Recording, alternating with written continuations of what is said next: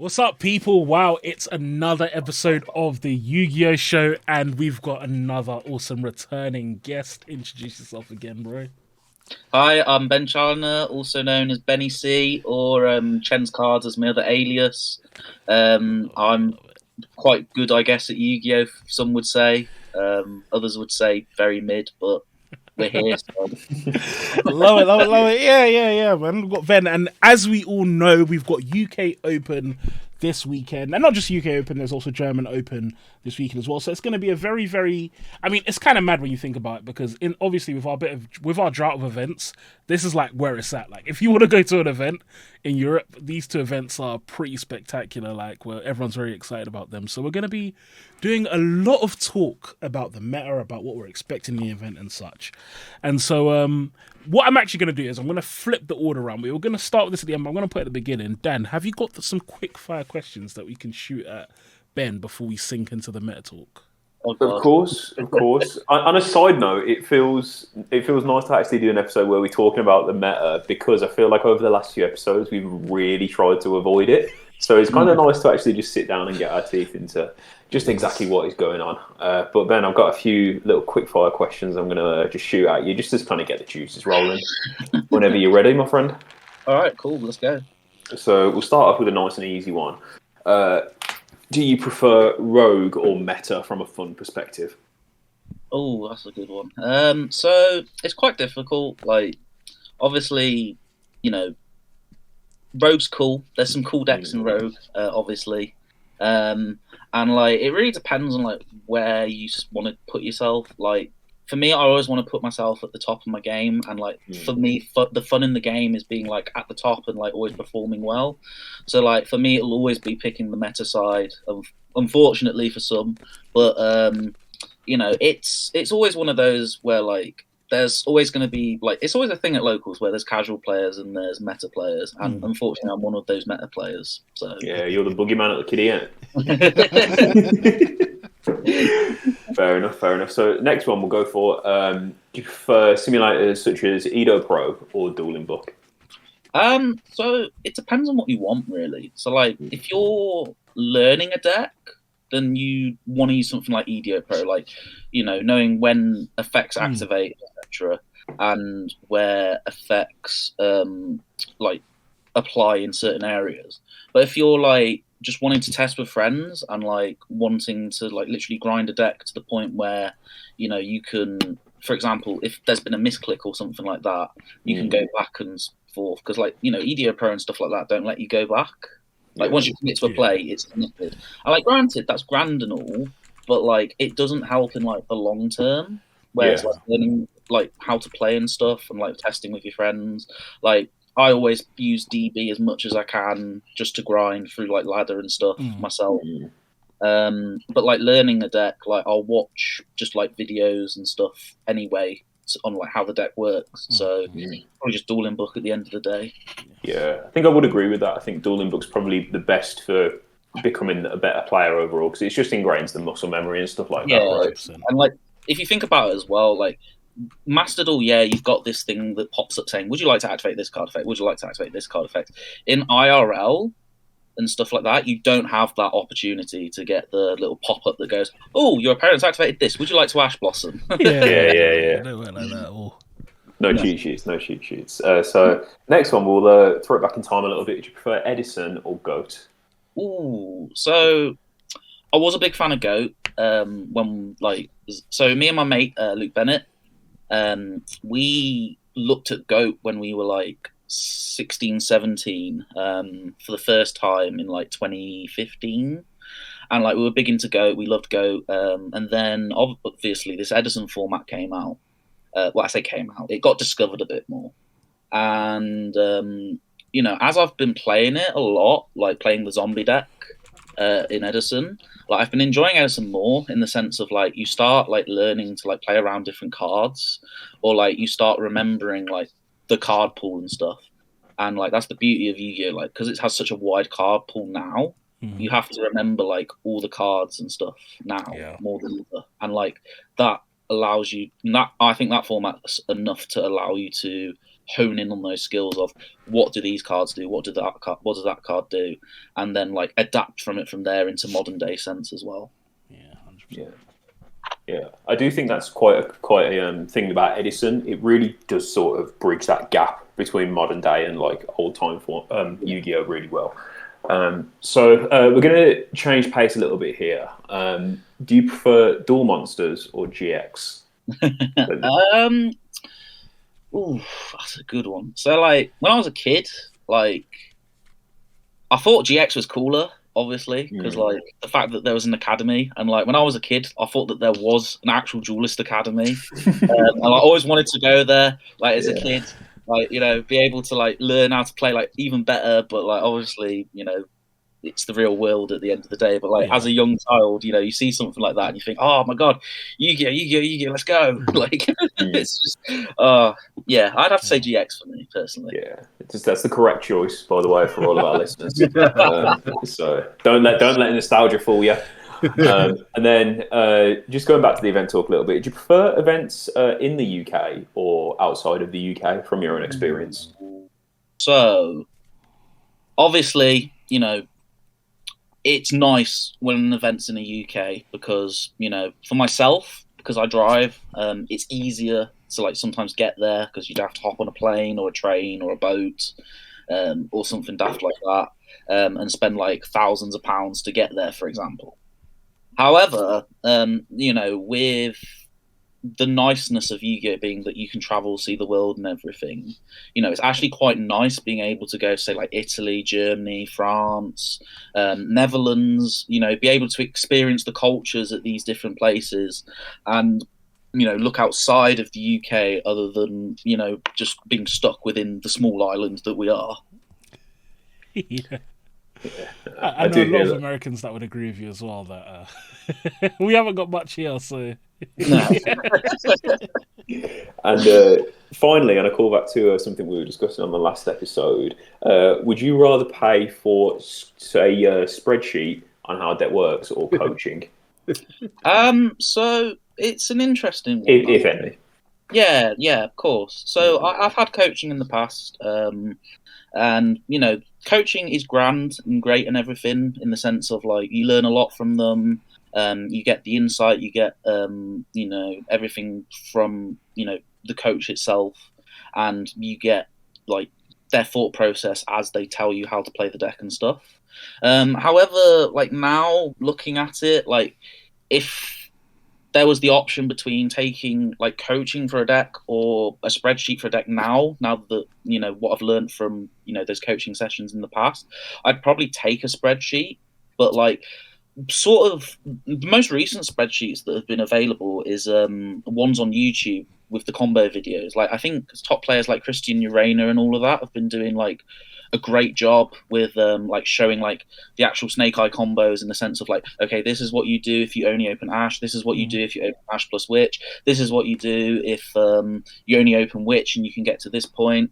And like they really do show like a lot of the checkpoints as well in those sort of videos. Like if there was more like content where it was like, okay, so these are the combo videos and these are every checkpoint that you have for this hand trap, this hand trap, this hand trap, this hand trap, I think the game would get ultimately a lot harder for everyone, and everyone will be at that point where it will just be a matter of skill and who puts in the reps rather than who can remember a spreadsheet rather than anything else. Yeah, definitely. And I think that's a really good point as well, because it's a similar thing that happened in League, where if you look at League in season 1 and 2 and then you look at a League player now, the quality of player is so different, largely because the YouTube community and the coaching and the understanding how to play the game got so much better, and it made the game harder. Like if you got a gold player from season 2, if you got a gold player from now and you put them back in season 2, they'll get like master easily, because it's just you just know how to do the basic things. The gap between the best players and the worst players is a lot smaller, and I think it's a really good point that would happen in Yu-Gi-Oh, and I don't want that to happen. I like it. I like there being players that I'm better than. I don't want everyone to be better. I'm happy that there's players that I can consistently beat. So. Awesome stuff. So that was quick fire questions Love it. with me, I suppose. So thank you for your time. And Fabs, let's jump into a little bit of this meta talk. Yes, so obviously we have UK Open, and I think the big elephant or snake in the room is obviously the Snake Eye deck, battering everything, knocking people left and right. So what do you think about this deck? How do you think it's going to do at the Open? In fact, I would say to start off with, let's talk about the deck from just purely looking at the Snake Eye deck itself and how strong it is. What are some really impressive things we think about the Snake Eye? What do we think that it does well? Why do we think the deck is so good? Like, what really makes Snake Eye the best deck right now? Well, for starters, it has a lot of one-card starters. Yeah. So let's get it out of the open there. The fact that, you can just get to a scenario of different boards and then adapt on that is just phenomenal. The fact that the deck has multiple playthrough points where it's like hand trap check here, hand trap check here, hand trap check here, carry on playing, and all of that. Another thing as well, it's like the fact that you can play cards like Cross Out Designator now and just be like rewarded for your deck building choice based around the cards that you pick. Another thing as well is that it has a very precise and compact engine compared to any other deck, kind of like Zoo was back in the day. And you can fit so much non-engine around it, which allows you to obviously combat with your decks like Branded or your decks like Vanadium or something. Vanadium. Look, funnily enough, I would even point at Vanadium, and someone actually said it in a video today, and it's the first person I've heard say it. I would look at Vanadium as almost identical to Snake Eye in the way Konami's tried to design the two decks. And I think the only difference is that Snake Eye was designed with the ability to summon from the deck more, whereas Vanadium was designed with the ability to search more. But they're very similar in that it's like, it's one card, it just does a whole host. And I think another really big thing about the Snake Eye deck that is so important is that you can die in a flash with Snake Eye because they get so much advantage off 1 or 2 cards. You can't even afford to make mistakes on turn 2 and turn 3. So when I went to the regional last weekend, I was against someone going second, and both times they made such irrelevant mistakes in the grand scheme of things. I think once someone forgot to use his pop blast second effect to put card in the zone. Another one, a guy didn't realize that Zelantis' pops don't he didn't realize they don't target. So Zelantis says co-linked monsters. It's up to the number of co-linked monsters, and a lot of people, they don't realize that it's 2 because it's 2 monsters being co-linked. They think it's just 1, so he thought it was 2 pop. It was 1 pop to the 2. And it's with Snake Eye, if you make a mistake, you die. Even with the tier format, you don't actually die if you make a mistake because both players have so many interactions that a lot of the times it does end up being a grind, even over the 1 or 2 turns. Whereas in Snake Eye, you make a mistake and then it's nope, you're dead now because they've got 1 Ash, and that 1 Ash is going to violate your entire board and kill you. And I think that's a really, really big thing about Snake Eye. It's what makes the deck so hard to play against, I would say. Even if you haven't played Snake Eye yourself, I fear for you. In the next few tournaments, it's going to be peak because you won't know what's happening. Yeah, I think it's really, really important about it.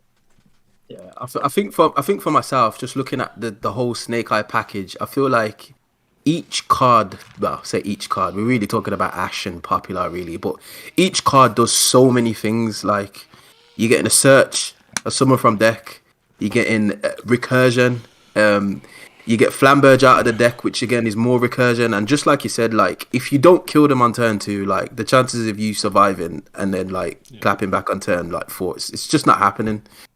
Which just makes it a very, very obvious choice for a lot of people, just because it literally just does everything. The one thing I do like about this format is the fact that there are times you have to get lucky, but an Ash can stop their turn, or a Veiler can stop their turn, and they're just oh, okay, I guess I pass. Whereas Tia, I just felt it didn't matter what I did. I'm just gonna die. If I'm not playing Tia, you just felt like he was gonna die. So. Yeah, I do like it in that respect that you do have a 0.5% chance of actually winning a game if you're not playing Snake Eye yourself.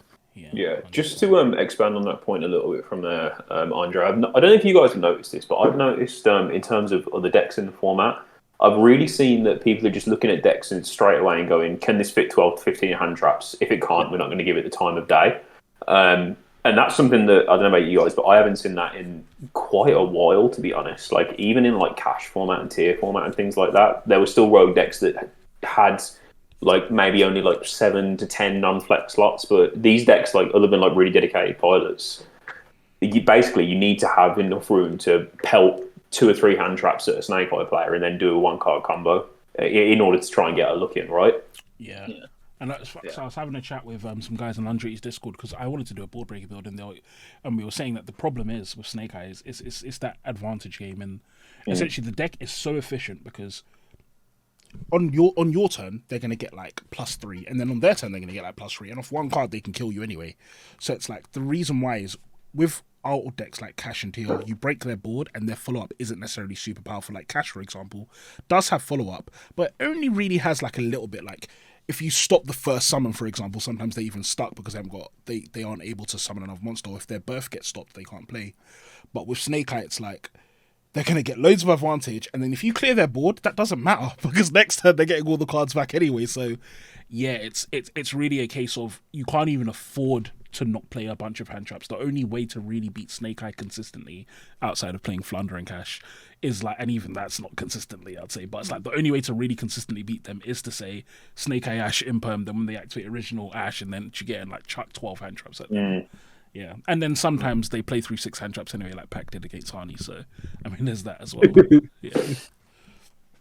Yeah, it's a bit of a shame because I think I've been playing Raid Raptors recently, and that is just like exactly what you've explained, Dan. Just 12 to 15 hand traps and then like 1 or 2 card starters. But it makes for a frustrating game at times because sometimes I only see hand traps, and obviously my rogue deck doesn't have a 1-card starter like Snake Eye does. So then I'm dying to myself because I'm just like hand looping myself with all these hand traps I'm throwing at my opponent, and he's looking at me. His Snake Eye Ash is still on board, and he's looking into my eyes thinking, at some point you're going to run out and I'm going to kill you. And I'm just thinking, okay, yeah, that's fine. I guess we'll go to game 2. And I find that frustrating, but then I understand. Do you know what I mean? And I think a lot of players are getting to that point, which is why you're seeing like the rise of like stun decks. Let's talk about that for a bit. Yeah, because everyone's like, I've had enough. I'm just going to do what I can to just make your life as difficult as possible. And me personally, I think it's funny. I'll be honest. Before we get into, I just want to do a quick ad, guys. I have the best stun deck. I made it 2 nights ago. It's the best stun deck in the format, but I'm not releasing it because I don't want anyone to play it for UK Open. However, as soon as UK Open finishes, you guys will be shocked it'll be on my channel. So if you're not subscribed already, you better. You guys think I'm joking. This stun deck, I was on DB last night. I was against like the first place guy, the third place guy. I rattled them so hard. They got stunned out. I put like 6 floodgates on the board. They didn't know what was happening. So guys, look, I've got the best stun deck coming. If you're not come to my stun channel. spreadsheet soon come, yeah. Yeah, look here.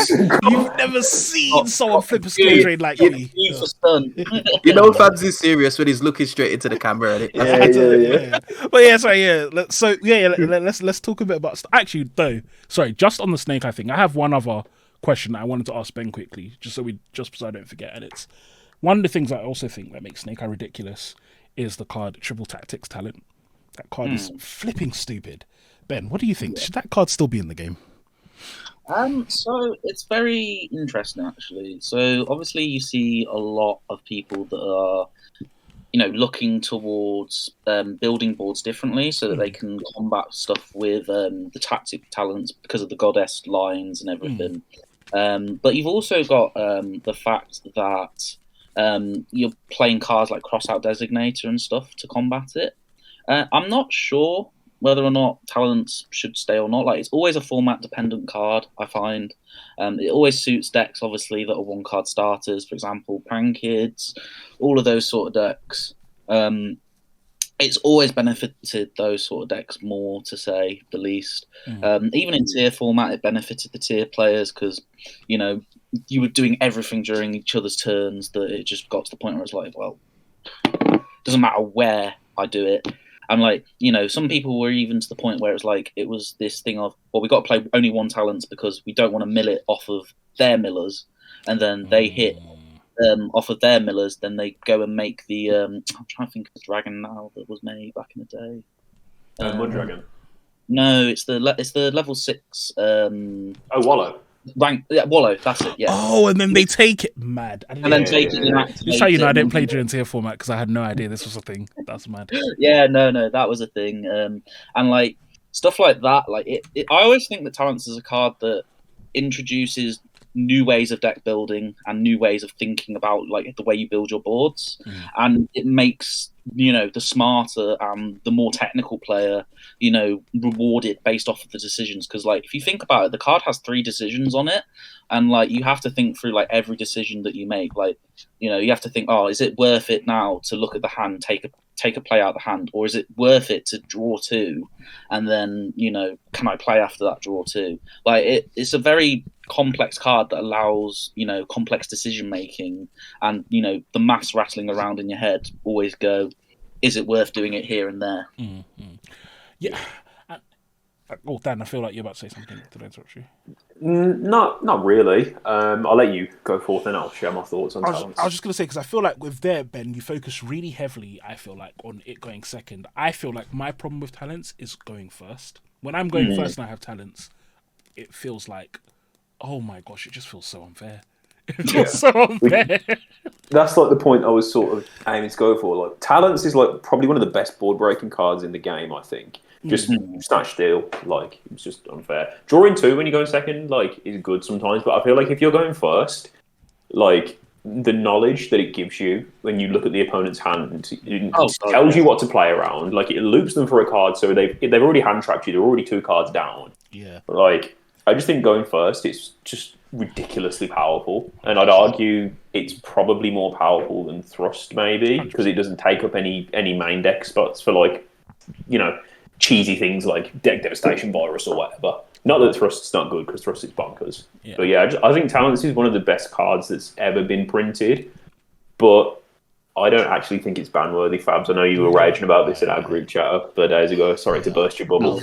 No, it's always format dependent, obviously. Of course, yeah. Yeah. Oh, Andre, what do you think about Andre? About Talents? I agree with what you said. I think it's borderline on in the same sense of this is the way that I think of it. Like Summer Limit, all those floodgates, which just supplement your board. I think like Talents is one of those, and especially in this current format, like what Ben was saying, it is format dependent, but everybody knows that there's 12 to 15 hand traps in everybody's deck. So if you go first and you see a Talents and you see Snake Eye Ash, that's it. Yeah. For your opponent, in my opinion, and I don't think that's fair, because the reason why you're playing hand traps is to give yourself a chance at playing Yu-Gi-Oh, and you get punished for it. But in the other vein, I understand that it's a tool that's needed to go second, and I don't know who you was speaking to, but they always said to me the draw 2 is the weakest effect, and I was like, really? And I was like, well, yeah. When I thought about it, I was like, you know what? You're actually right. The draw 2 is actually the weakest effect, and that's crazy to think about off a card. Do you know what I mean? Yeah. That was actually something that me and Jake from Sanctum Squad were talking about. Like he's a vehement believer that the draw 2 effect of Talents is the weakest. And since looking at it from that perspective, it really does sort of open your eyes to just how broken the card is, which is nuts when you say part of greed's not good. Yeah, it is good, but you know what I mean. Yeah, and it really just comes down to when you look at how most decks work. Most effects are once per turn, and so if I've just used an effect and you've stopped me, what is draw a lot of time, unless you're playing very specific decks, and I think Vanadium is another good example. Vanadium was one of those decks that has so many extenders that draw 2 sometimes does come up for them, but even then, it's like most of the time I can probably just extend through that one hand trap you did, unless it's like a nib or a shifter. And so in which case, looking in your hand and making sure you can't do anything again is more than enough. And it's also because it's how Konami designs decks now. Konami rarely designed, unless they really don't like your archetype. If Konami is designing an archetype nowadays, it usually has 1, 2, 3 lines of play that it can do that are usually kind of distinct from each other, which means that as long as you've got kind of some semi-extender in your hand, looking in hand is always going to be the better option. Yeah, 100%. But let's wrap back round into the amazing deck types that we are going to talk before, and this goes on into, I think, linked into what we think. What are the other decks that are to watch out for? And I definitely agree. I think Stun is actually. I think that if you're a good player, so not me, I'm talking the Ben level, the people who consistently top. I don't think you need to. But if you're a good player, I don't think Stun is necessarily that important for you. I think just because it's not too hard to beat Stun players, in my opinion, most of the time. But I think for the average player, Stun is very, very hard to deal with. I because think one thing with stun specifically right now is people aren't really siding back row removal other than like yeah, maybe Cosmic Cyclone. And in a format where you don't have a lot of back row removal, immediately these kind of decks are going to flourish. Like especially game one. Like game one, if you it's cheesy, but if you win the dice roll and you stick a diner, it's like, ugh, like you know what I mean? yeah, Diana and Golgonda, so you can't even beat over it. Wow. So fun. What do you think about stun, Ben? I'm curious to hear your thoughts. Again, like it's always one of those like people go, "Oh, I'm playing stun because I don't want to play meta." But if you think about it, the way that you're building your stun deck is to beat the meta in the first place. Mm-hmm. Like you have to have some knowledge of like meta anyway. Yeah. Yeah, it's just some guy who said it once at our locals. It was like, yeah, I don't play meta decks. I play anti-meta decks, and I'm like, well, you have to somewhat understand the meta in the first place to play an anti-meta deck. So like, you know, that comment itself is like sort of redundant in a way. Sort of an oxymoron, right? Yeah, biggest oxymoron in your life. But like, I think they're like very good for like meta like calls for an event. Like, say for example, like you don't feel that you have an edge. Let's say like for example, me and Dan, right? We're playing Snake Eye Mirrors like back and forth, and let's say the game win rate is like I don't know for Dan like 100% and me like 0% as a hypothetical like situation. No, this isn't hypothetical, Ben. This is our local one. Wow. No, for the record, no, I would definitely not win a Snake Eye Mirror against anyone. But yeah, carry on.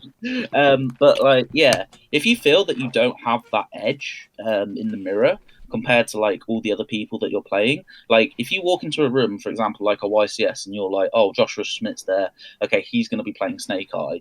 Do I feel that I have that edge against him, for example? Like you could like say, for example, go 4-0 for the first 4 rounds of a YCS, and then you come up against the big leagues. And if you honestly think that like it takes like the more luck than skill against that player, then yeah, obviously a stun deck will, you know, benefit you in that sense. But like I'm always a big believer of if the best deck of the format is obviously this deck for a lot of the time, you should go with the best deck. But if you don't gel with it too well, or like you just get bored of it too quickly, or I don't know, it's just like a headache to play. Before you go past you can't get it for X or Y reason. Yeah. Before you go past that point, Ben, I think this is so important that I want you to expand on your reasoning for why you think it is good in general for someone to just go with the best deck of the format, because I think it's so important. I feel like you're about to hit it there. Yeah, so like it's always better because like in certain senses, like you can eliminate a lot of variance from like the way that you play the event, for example. So like unless like you physically don't know the deck itself and like you feel that you don't have like that edge in the mirror matches, then that's where looking at the other decks come. But like if you're putting like, you know, the hours in like pretty much the same hours as if you have a 40-hour job, for example, to learn that deck, then like yeah, you should 100% play the best deck in the room to eliminate variance, to eliminate the fact that, you know, you have less reasons of why to say, oh, I didn't do well because I played this deck. I didn't do well because I played Flunderies instead of playing Snake Eye, or I played Moki Moki instead of playing Snake Eye, for example. And like it makes it so that you just eliminate all sorts of different variants, and you've got the best possible way of coming out with a perfect result that you could possibly have, unless you are absolutely garbage with the deck and don't know anything about the deck. Then obviously, you know, looking at the anti-meta, or, you know, one of the other decks in the categories, like, you know, your Voiceless Voice, your Flues, your Cash, you know, other versions of fire decks, like, for example, Race and stuff like that. Like, if you're so comfortable with a deck that you can like pilot it really well, then yeah, take it. Obviously, like, you know, during Unchained format, you know, I couldn't play the Unchained Mirror to save my life. It was just hard. It was just everything was just a headache. So I just went, all right, I'm going to play Labyrinth and just, you know, try and play Labyrinth the best that I can for that YCS. Unfortunately, going 9-3 at Dortmund, but which is still a fantastic score, by the way.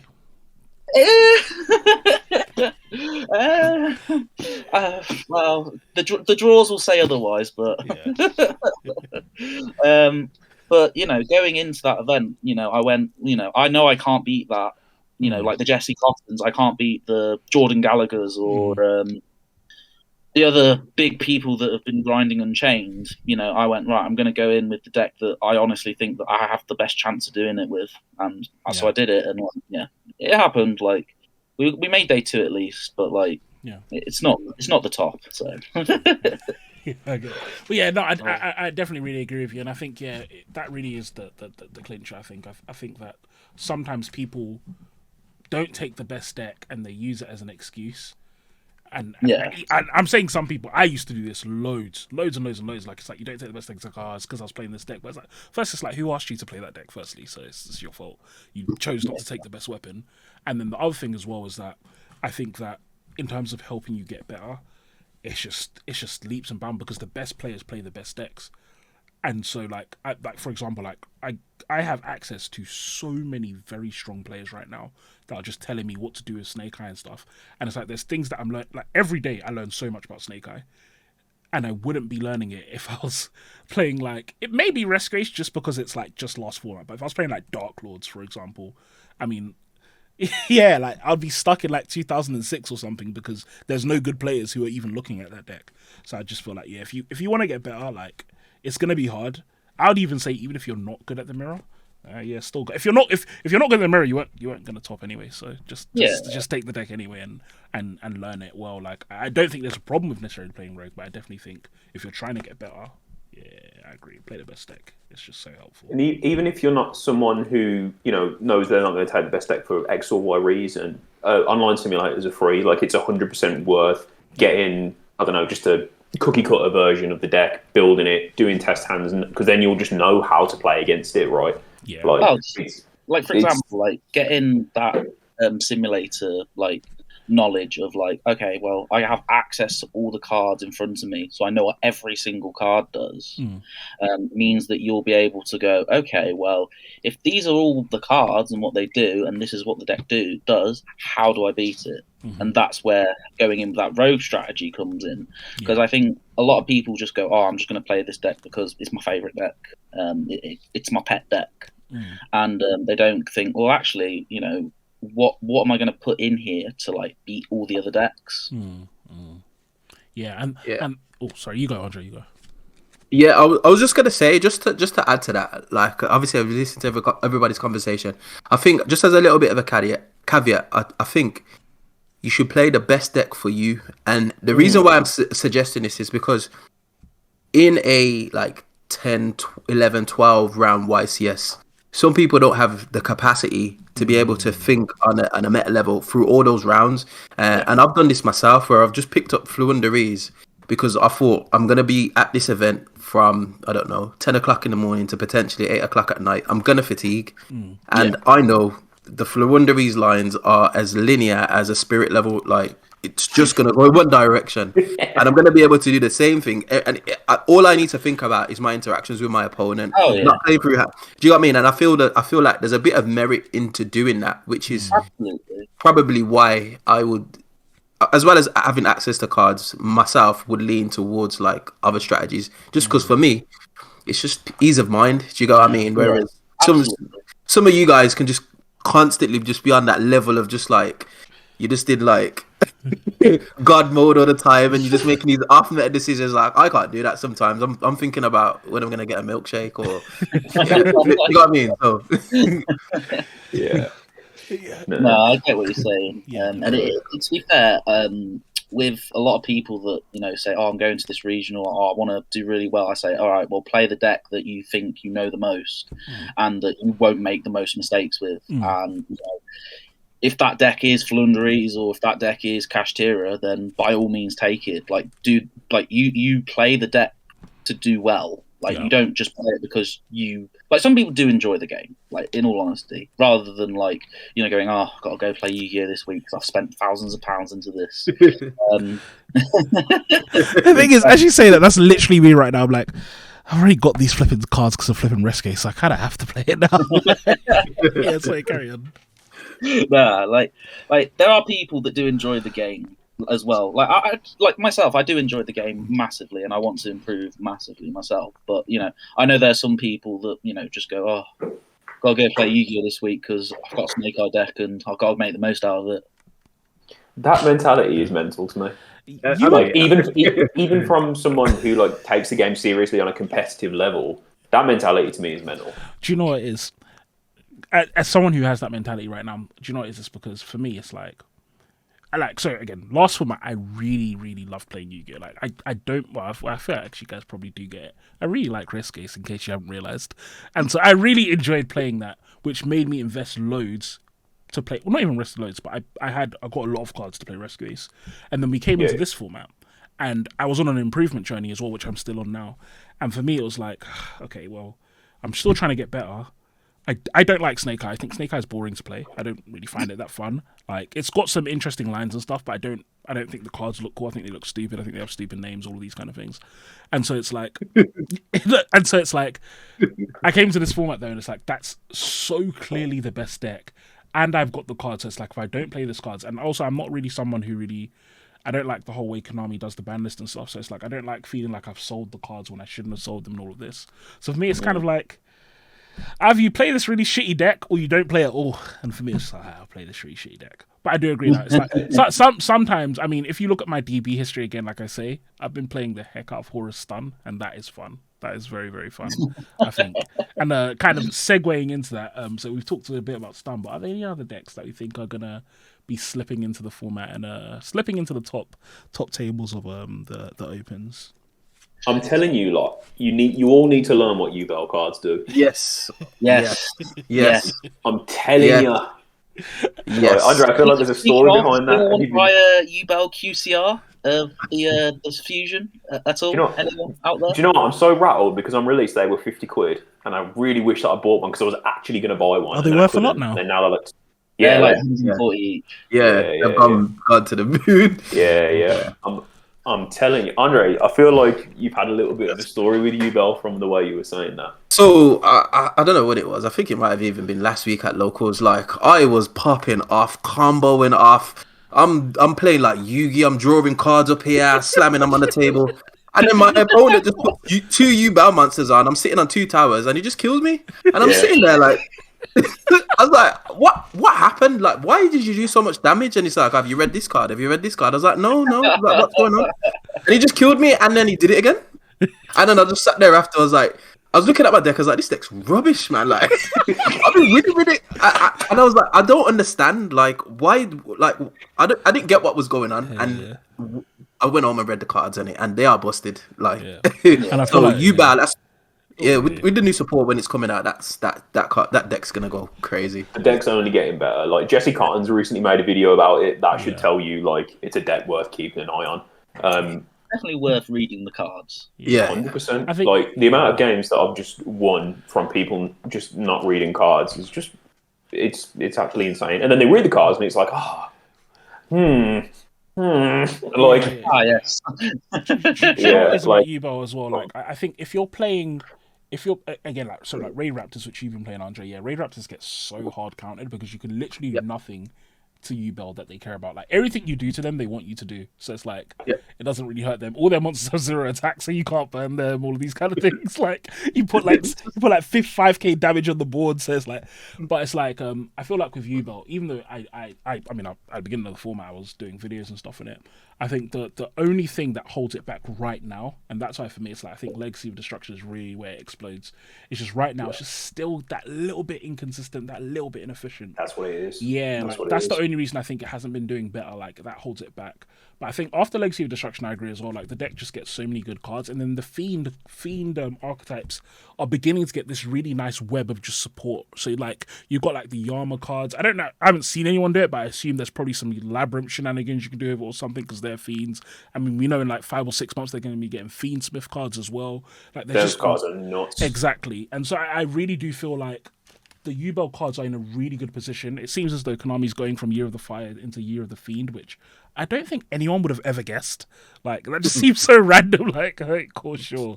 Like, all these Fiend archetypes. But yeah, I do think deck is good. I would say I don't think it's going to do particularly amazing at Open.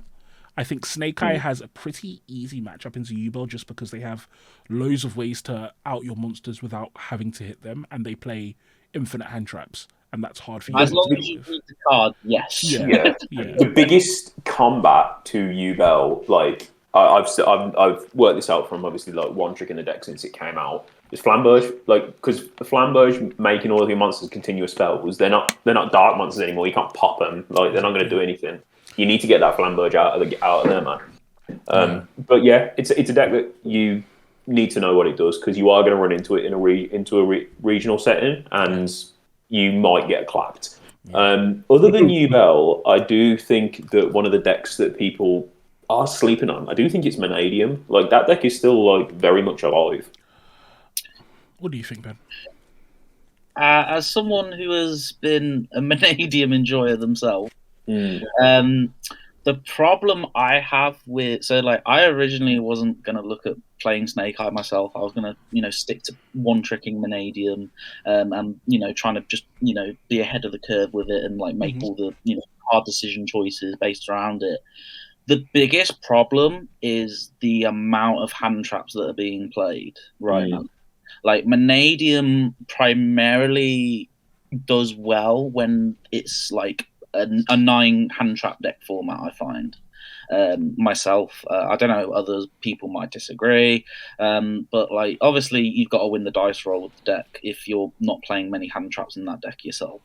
It can break boards phenomenally. Like the amount of times that like I've just gone, so Vicious Astral, I'll just destroy your entire board, just like it's gone. It's just gone. But now with the amount of hand traps like Mornising play and stuff like that, it's a lot more difficult to like warrant playing the deck because you summon something, oh, we're going to hand trap it. Oh, we're going to hand trap this. Oh, we're going to hand trap that. And like because a lot of the time you want to do it off of 1 to 2 cards, that's the biggest problem it has, I find myself. But like I'm sure there are probably like a bunch of people that are playing Vanadium still now, that are constantly on it. Like I'm pretty sure there's like loads of people that are still playing it somewhere and like finding different combo bridges for it. Like I saw one in I can't remember what country it was, but like I think it was quite an obscure country, like Slovenia or something like that. And they were playing like Arclaw Christia in the deck and doing some stuff like that. But like I mean, again, like for me. Like the deck, so like obviously I've seen some of the questions that you guys are going to ask for this, and we're on the deck topics. But for me, I don't know if it's the deck for the Open that will win it, or if it will be the person for the Open that will win it. So, because expand on that then. Expand on why you think. So like. If you look at like the current results that have come through from UK regionals, for example, Portsmouth regional was won by Josh Kelly, playing the Labyrinth Go Second deck. Now, would anyone other than him play that sort of deck to like dominate the format? We don't know. But the fact that he came up with that and dominated that whole regional with it, like I played against him and like he just blew my mind with like the stuff that he was doing. You then got like a bunch of players like your Luke Tylers, your Ahmad Rajas, Simon Hees, for example, that are doing the world's race and everything, and Gabriel Metz, for example, that are going out and like trying to find the next best thing to combat, to get the points every week and everything. I don't think the deck as such matters for the UK events because as well, on top of that, people are selling Snake Eyes very quickly because they're realizing that they're not probably going to get a premiere event with it. So it might be a case that we'll see a lot of the other decks come into play because they'll be combating the Snake Eyes, but at the same time, because they still have that, consistent strategy in comparison, like if they're, hard countering the Snake Eyes that are there, then I honestly think that, any deck could take the Open, to be honest, in all reality. Like, from Western and I believe Sheffield, we saw Snake Eye win both of those. Like, a variant of Snake Eye win both. Like, I don't know what Ahmad played, if he played the 5 version. No, he played pure with synchros. Fair. Yeah. So yeah, Ahmad like dominated that with the pure with synchros. Moffat dominated with Sky Striker cards in his deck. So from those two regionals, like you look at Sheffield, like I think it was like 50% Snake Eye or something daft like that in the top cut, and then like you look at the Western, I think it was similar, but like there was still a fair few other decks that like creeped in there, which was like, if you look at it in like the grand scheme of things, like the comparison from what the YCSs showed, you would expect it to probably be more, but because we have that lack of bigger events at the moment, other than UK Nationals and the Opens and everything, I think you'll see a lot of people decline off a Snake Eye just so that they sort of look for that edge, in a sense. Yeah, and actually that's a really interesting point, because that is something that I've noticed, but I didn't realize it as well, that there is like a real influx of these like really innovative tops that people are doing. Yeah, like that Luke Tyler build, for example. I think he not Luke Tyler, sorry, that Josh Kelly build, the Labyrinth. I feel like I played against the Blind Second Lab deck when I was at Huddersfield, and that deck is so like well suited to play against Snake Eye. But then while it's also like you can see that deck would require a very strong pilot to play as well. So it's like the perfect storm, and I agree there are a lot of variants like that. Even Joshua Schmidt with him doing his Sky Striker Snake Eye thing as well and things like that. We are seeing a lot of that. The only thing I would say is that I feel as though, even though like a player could bring something really creative and bring it to the forefront, there's always that kind of element of this deck is just the best deck.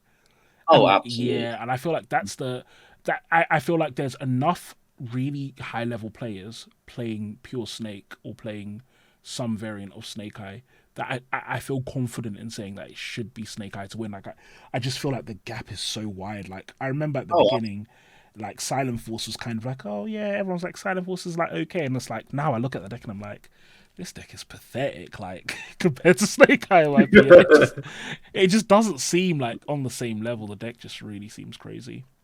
Yeah, but yeah, we'll see. Definitely. Yeah. But another deck that I actually do think is relevant, and I think it will do better than people probably expect, is actually, funny enough, what you're playing, Andre. I think Raid Raptors is going to be surprisingly effective, just because I don't think a lot of people are ready for that matchup. I feel like if you're playing Snake Eye, you're in a great position. I feel like if you're playing anything other than Snake Eye, Raid Raptors actually has a surprisingly excellent matchup into your deck. Like, other than Ubel, apparently. Other than Ubel. Other than Ubel, yeah. But like, if you're playing Silent Force, very, very good, because Raid Raptors plays like loads of hand traps and they put big ass monsters that you can't deal with. I mean, in general, towers are good. So if you're a deck that's putting up multiple towers, there's not many decks in the format that can consistently deal with them. So I do think Raid Raptors, and I think as well, Raid Raptors is popular enough as well. Like if you look at the price ranges of decks, I'd say Raid Raptors is around 150 quid. So it's like it's popular and it's kind of cheap. So I do think we'll see quite a few people play it, and I do think we'll see a few dobs of it. Yeah, let's expand on that actually, Andre. You've been piloting a deck for like the best part of a couple of months, right? Like, how are you feeling about the deck, and why did you pick it going into Phantom Nightmare format? Well, I've had the core for a while, but what attracts me to decks and why I always tend to play like off meta decks is because I like when my opponent says, "What does that card do?" When they ask me that question, I'm like, "Yes, this is me. This is," because you don't know what I could say anything. I mean, this card gets me an ice cream. Do you get what I mean? Like, and Whenever I see that, it doesn't matter how clearly I explain it. They're never gonna take it in as well as keep up with all the stuff that I'm doing. Especially when I'm throwing hand traps at them. Then I'm like, all right, effect here, effect there.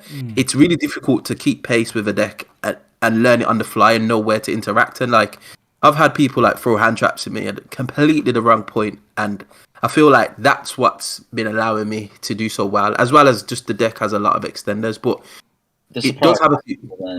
Yeah, exactly that. But I've been finding of late it's got a few teething problems.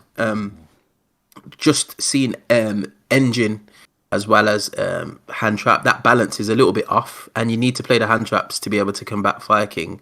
But then it can sometimes not work in your favor, which is where I'm at with the deck at the moment, because I've seen a lot of hand traps and I've had one card starter and it's been stopped by a hand trap and then I die in the following turn, and that's frustrating to me, just because it has to be that way. Do you know what I mean? And I accept it. I know that I'm going to lose if I don't see the right combination of cards. I'm going to lose, but you are right, Fabs. Some people are going to play. They're not going to know what the cards do, and they're just going to lose. And they're going to see 3 towers on the board, because I put up 2 consistently. You can put 3 up if you're being greedy, and you just look at your opponent and go, "I'm going to do something." Then, like, I'll tell you what I'm going to do. I'm going to pick my cards up, and we're going to go to game 2. All right.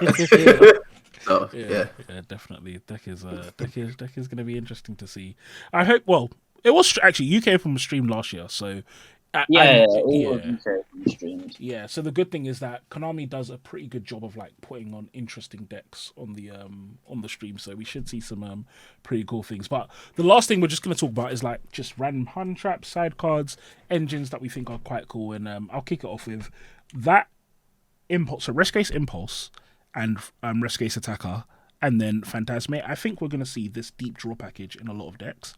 I think that package is actually phenomenal. Like, the amount of advantage you can get just from playing these cards, and what's even better is that they put bodies on the board, and Snake Eye, a dark and a fire body, and right now the Charmers are some of the best extenders in the game.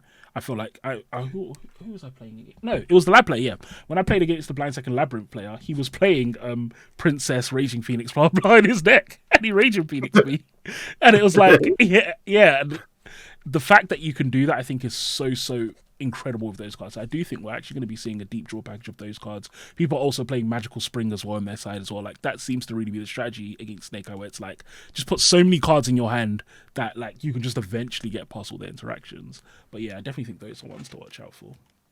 Yeah, definitely. I'd say a little spicy tech that I've been seeing a little bit more often is just Ghost Ogre. It's very, very plain and simple, especially with IPs on end boards at times, and Appaloosa being a thing. Ghost Ogre seems to be making a little bit of resurgence. It also hits field spells as well. It's not the most impactful card, but if your opponent's not prepared for it, like, and I've seen this happen at multiple locals, it can just cripple them. Do you got what I mean? You put a Fire King Island on the board, and then try to activate its effect, and you just pop it with Ogre, and then the board just gets nuked. It's a nice feeling. Yeah. I think Ghost Ogre is probably one of my favourite cards, and I think I like it right now because it does enough not only against meta. Granted, it's probably not the be-all and end-all against Snake Eyes, but it also hits a lot of not rogue decks, but other decks we've talked about. Like, it shits on Voiceless Voice. Like, it's really good against like random decks that will just have continuous spells and traps that will control the game. Like, even just getting someone's boss monster off board, like, say if you like Ogre a Raiders Knight or something against Raid Raptors, like, that can be pretty strong. I think Ogre is definitely worth considering, if you haven't already. I mean, it's definitely worth a consideration, like, more. Let's not say more than ever. Like, I have a big soft spot for Ghost Ogre, because like Ghost Ogre was like a card that I won a regional with in very format myself. But like, I mean, I think it's good, like, for the most part, but like, it depends, I guess, really on like how the format digresses. Like, again, like it could be like it's a tech choice at the end of the day. It could be the best tech choice you ever make. Like, it wins you the entire event, or it's like the worst tech choice ever because all you've played is like Flunderies and like it's done nothing against them. It hits map, I guess, but it hits map. It's more like they go normal summon Ravina, and you're like, oh, E2, I guess. The thing about Ogre, I would say, is that if your deck has a fantastic matchup against Snake Eye but struggles against Rogue, or struggles against Silent Force and Rogue, I would say it's probably a really good card. I think that the trouble will be finding that deck that has that fantastic matchup against Snake Eye, and then somehow is not having a good matchup against Rogue. But I do think Bait and stun, bro. You can activate it on the field as well. You can. That is true. That is true. I'm telling you. Yeah. Everyone's going to be playing free E-Telly at the event. Yeah. E-Telly for Ghost Ogre. E-Telly Ghost Ogre, Norseman, my gosh. Fossil Sounds like GG's to me. Yeah. Oh my goodness. Yeah. And then I guess the other one. You heard it here first, guys. You heard it here first. Yeah, I heard it here first. Yeah. The other deck that I'm surprised we haven't seen more of, because I actually do think this deck has a fairly. No, I think this deck is better now than it was before. Is the Chimera version of Branded. While I think Pure Branded is really good, I feel like Chimera Branded is actually in a really nice position right now, just because 100%. it hits that sweet spot of being able to still play hand traps and stuff, and then it also has some really interesting dynamics against Snake Eye, like things like being able to put illusion monsters on the board that are just annoying to out for Snake Eye. They have that candle that they can play to skip the battle phase. And then because they still play Branded Fusion, they have access to all, well, not all, but a lot of the degenerate stuff Branded does as well.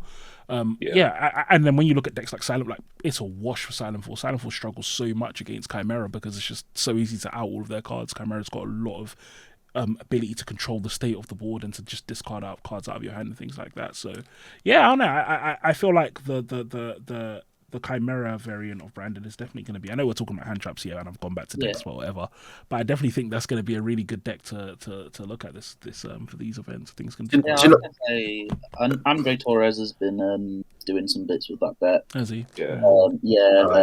There was someone at Western that got second place with the deck as well. Harry Foster. He's been doing bits. Is that what he's on? Okay. Yeah. I lost him unfortunately last round. Yeah, he did. He actually put a profile on my channel. I'm gonna play it at locals tomorrow. And I will say, Emissary from the House of Wax is that hand trap that you're talking about.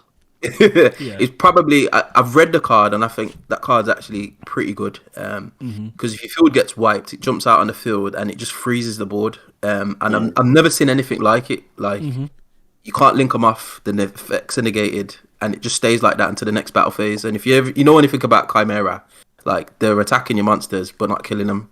Yeah. So it's like, do you got what I mean? And I think that's just a really, really, really, really like crucial interaction, which has kind of drawn me to the deck. So I second that, Fabs. Second it. Yeah, it'll be interesting to see if we get something. I don't want to play any Chimera players though, because I don't actually like playing against that deck. It gets on my nerves a lot. It's not. I don't find it that fun to play against. And the worst is when you're playing against them, you hand trap them, they triple tap, rip a card, and then end phase Chimera, rip another card. Yeah, and that's it. I'm just like, scoop it up, man. Yeah. I'm lost. But okay, we're gonna wrap this up. We're gonna wrap up the meta discussion with just the last thing, which is just a little bit about ban list. I don't usually talk much about ban lists, just because ban lists frustrate me. Konami has no idea what they're doing with the ban list, so it's like. But if we were to do a little bit of a love tap on the ban list to some decks, what do you think? What are our ban list ones? So yeah, Ben, you lay it off for us, Ben. So I mean, like, I've made some notes on like cards that like should probably like in different categories. So we'll go with, for starters, the cards that are at one that should probably be banned. And start off with, we're going to go with the one of the Chaos Baby Dragons, Striker Dragon, Beatrice, Called by the Grave, Chaos Space, Harpy's Feather Duster, Instant Fusion, 1-for-1, Terraforming, and the free Floodgate trio themselves being Blue, Goes and Match, and Rivalry of the Warlords. Those are the ones that I want to see personally banned. Zero. Yeah, wow. Personally banned. Granted, Called by the Grave is probably a card that should be either banned or at 3. Yeah. But these are the cards that personally I want to see banned just for like deck building and with dragons, we've seen so much of dragons in the past. Like the combos just don't change now. If it's some of those cards, maybe give some invitation to the deck. I feel like it's really harsh hit for dragons when they're doing absolutely nothing this format. No, absolutely. Yeah. But it's one of those where it's like the minute you hit one of the best decks, people can go, Oh, dragons didn't get hit. Let's Yeah, go look at that. yeah, True. yeah. It's always the backup that people have. Yeah, sort of thing like when Eternal Format ended, how they hit True Draco and Pendulum Edition as well, right? Yeah. Yeah. Yeah. Sure. Yeah. Yeah, I can agree with you on 1-for-1. I think that card is nuts. There's too many level ones that are just There's so too much powerful. design flaw with that card. Like Yeah, it always 100%. makes decks like difficult to like design. And like it's the same with terraforming. Like, oh, we just made a field spell that's really good. Well, there's one card already going in my deck. Yeah, definitely. Yeah. Yeah, especially with 1-for-1, because I would say in terms of design space, I don't think 1-for-1 itself is necessarily a bad card. I think the problem is though, it's impossible for that card to ever be balanced because it's always going to be as good as what it summons out. And right now it summons out flipping Snake Eye Ash or Snake Eye Oak. That's another card that when I see in my hand a Snake, I'm just like, oh, you've definitely lost. When I see like a monster Ash at 1-for-1, I'm like, let's peak. I'm gonna play so greedily, you're gonna nib me, and then I'm gonna carry on comboing, and you can't do nothing about it. Oh gosh, yeah, Oh, that card's yeah, ridiculous. absolutely. Yeah, but what else, Ben? What other cards would you give a bit? Well, let's pivot around and talk a little bit about specifically Snake Eye. What would you hit if you were to hit Snake Eye? So I mean, my only big Snake Eye hit personally is Wanted Poster to 1. Okay. Myself. So the reason behind this is to stop the loop with the original name being so constant. More of a, you get it once, you get to loop the background once, and that's it. I've seen a lot of people say like, "Oh, we need to hit Snake Eye Ash to 1. We need to hit Flamberge to 1. We need to ban original name and stuff like that."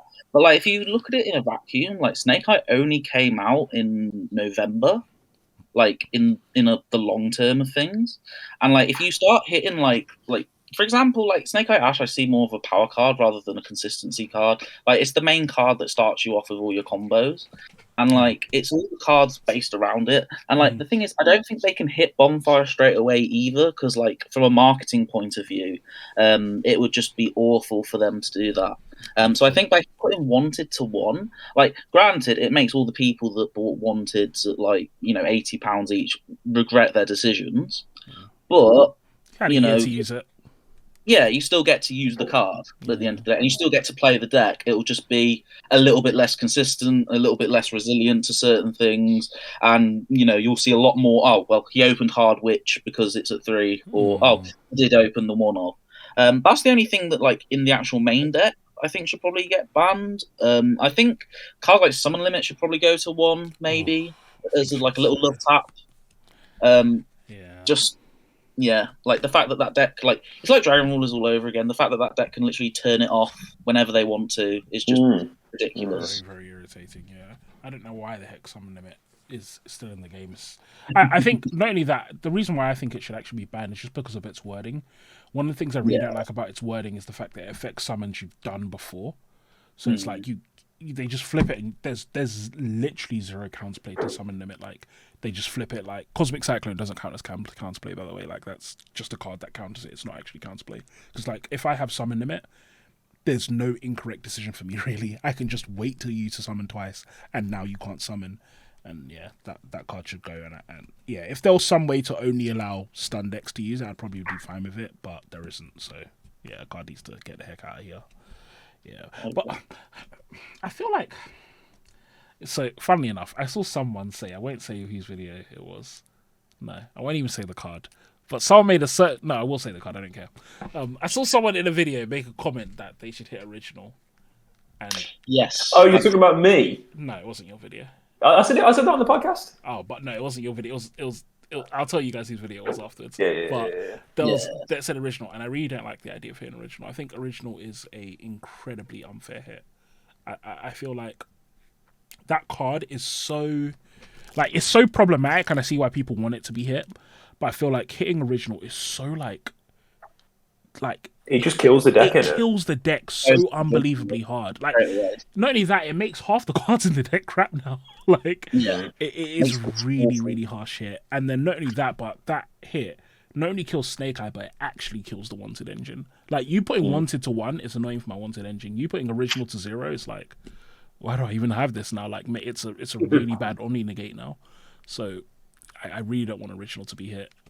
I couldn't see Konami doing that yet. I could see them doing it eventually, but I couldn't see them doing it. Yeah. I think people are looking at that as like the end game hit to Snake Eye. Yeah, if they haven't power crept it by Yeah, then, maybe. yeah. It's a bit early for that, I think. And looking back in hindsight, I think it was maybe a little bit aggy of me to suggest that should be the hit. But I do think if you outright want to kill the deck, that's the right hit. Yeah, that's the way to outright kill it. To be fair, if we wanted to kill the deck, you just ban Poplar.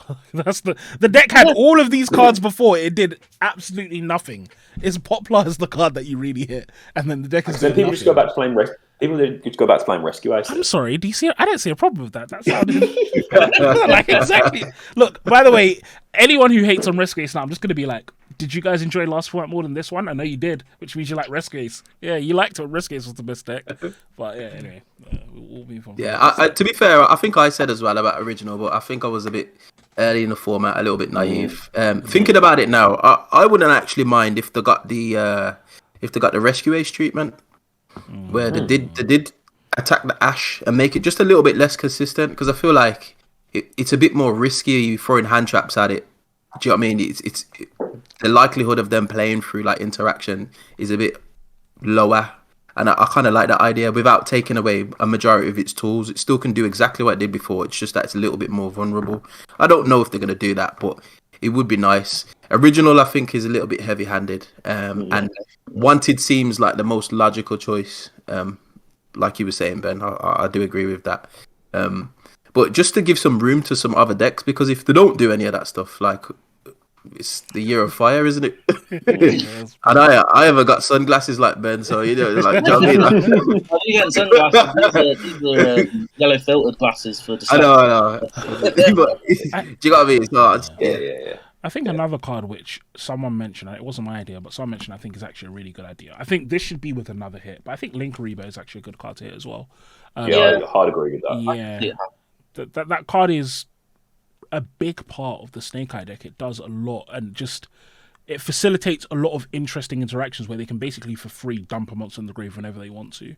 So I think a Link Rebo hit would be nice. Like, that card is... The problem as well is that it doesn't banish itself. That always happens with cards like where it's like you can just keep doing it over and over.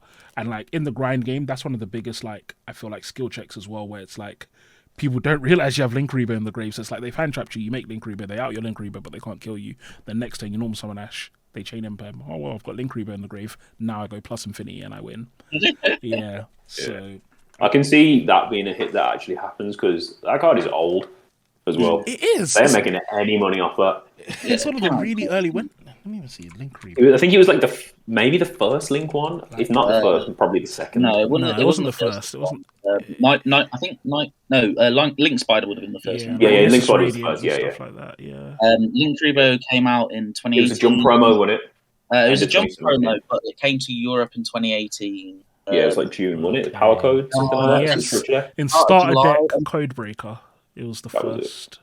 Yeah. Wow. And then so 2017 it was shown in Jump Promo, 2018. So yeah, that is, gosh, looking at stuff like this and reminds me how old I am, but let's not play that game. this is an old card. Yeah, it didn't feel like it. Yeah. I think Link Rebo has had enough time to breathe, and it should realistically get the axe, because if I've said it once, I'll say it 1,000 times. Link ones are fucking busted. Yeah, Link ones. Literally, you don't have to give them an effect, and they're flipping cracked. It's just OP. Yeah. I think hitting the supers is realistically what's going to happen. Like, I can see them hitting Ash. I don't think it's maybe correct, but I can see them hitting Ash. Like, maybe like banning like Oak or something, because that's not a money card for them. I don't think it's likely, but it's something that I've seen people talk about. I think realistically, sorry, Ben, carry on. No, sorry. The problem with banning Oak is like it sort of hits like the main engine of the deck. Yeah. And you also not take unnecessarily. The other issue I have with banning Oak is you don't actually weaken the deck in a way that's meaningful in terms of how it plays against other decks. What you're doing, hitting Oak, they can still make almost identical turn one boards, and even though they have less recursion, it's like it doesn't really matter because they're still going to kill you turn three. But now you've just made the lines awkward while making the deck weaker, so it's like it's just unsatisfying all around. But I don't think it's a bad hit. I wouldn't say it's a bad hit. I would say not the worst. Yeah, like I think I think realistically, all the hits that that I would talk about have already been talked about. I think logically the best hit to the deck right now is like putting one into one and banning Link Revo or something. That gives the deck room to breathe still. Let's see. I think another interesting hit is the field spell. I think the field spell is an interesting hit. Like it does. The field spell is really OP. I feel like people are starting to realize it now. I remember when it came out, like Viking players were refusing to play the field spell, and they're playing their terrible field spell that like blows up their own board. And it's like now they finally realize like the Viking players like the Snake Eye field spell so much, and they know theirs is bad, that there's a combo where they shuffle their field spell back into their own deck with Unicorn just so they can put a good field spell on the board. I mean, that field spell is absolutely insane. Yeah, so I feel like if you hit the field spell, it would be really good. And the other thing I like is that Snake Eye has a lot of unfair redundancy where if you look at the lines in Snake Eye, a lot of the times the goal is get access to original and field spell. So if you have Poplar in which you have access to both sides of the engine, and I think hitting that essentially means that the Witch package also becomes less valuable because it's like now your Poplar's already going to get your original anyway. And so it's like you've got two cards that are basically searching the same thing. You lower the ceiling, makes it weaker to nib. Like doesn't lose to it, but it's weaker. And so I think field spell's a fair hit as well. I think that would actually be, and the nice thing about that hit as well is again, the combo lines don't change too much, but the deck actually is weaker, so you can interact with it. Yeah, It's not too bad. yeah. But before we skip off the ban list talk, is there any other deck that we feel needs a little bit of a love tap, or even maybe a bit of a release from the ban list? I mean, there's a few cards that probably should have their you go to one now after the years that they've been out. Like, for example, Airlifter. Yeah. Well, a few examples I have is like Branded Fusion, Pot of Prosperity, Runic Tip, Fenrir. A big welcome. I'm not sure if I want it to go to 1 or 2. 0. Yeah, I agree. I think 1's probably the correct hit if you're going to hit a big welcome. Do you know why I think it should go to 0? I think because Transaction Rollback was the absolute stupidest card that I've seen in my life, and it shouldn't exist. And I feel like the interaction between that card and Big Welcome is just very it's not even good. That's the most annoying part of it. Like it's good, but it's like it's not good enough to make the deck good. It's just good enough to mean that when they do beat you, they beat you in a really unfair way. Like I really hate Transaction Rollback. I think that card is just. I just look at that card. I'm like, who designed this? Like, if I was in the company and I was the CEO, I would fire that person immediately. I'm just like, get out, like, they're like design cards for Digimon or something. They had too much partying that night. They were like, dude, we're gonna make this card. It's gonna be so balanced. No one's gonna know how to use it.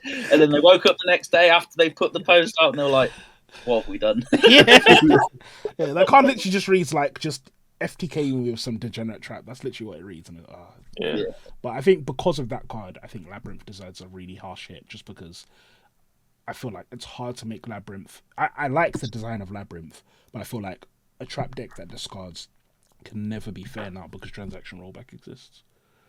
Unfortunately. Yeah, that's it. What about you, Andre? What are you thinking?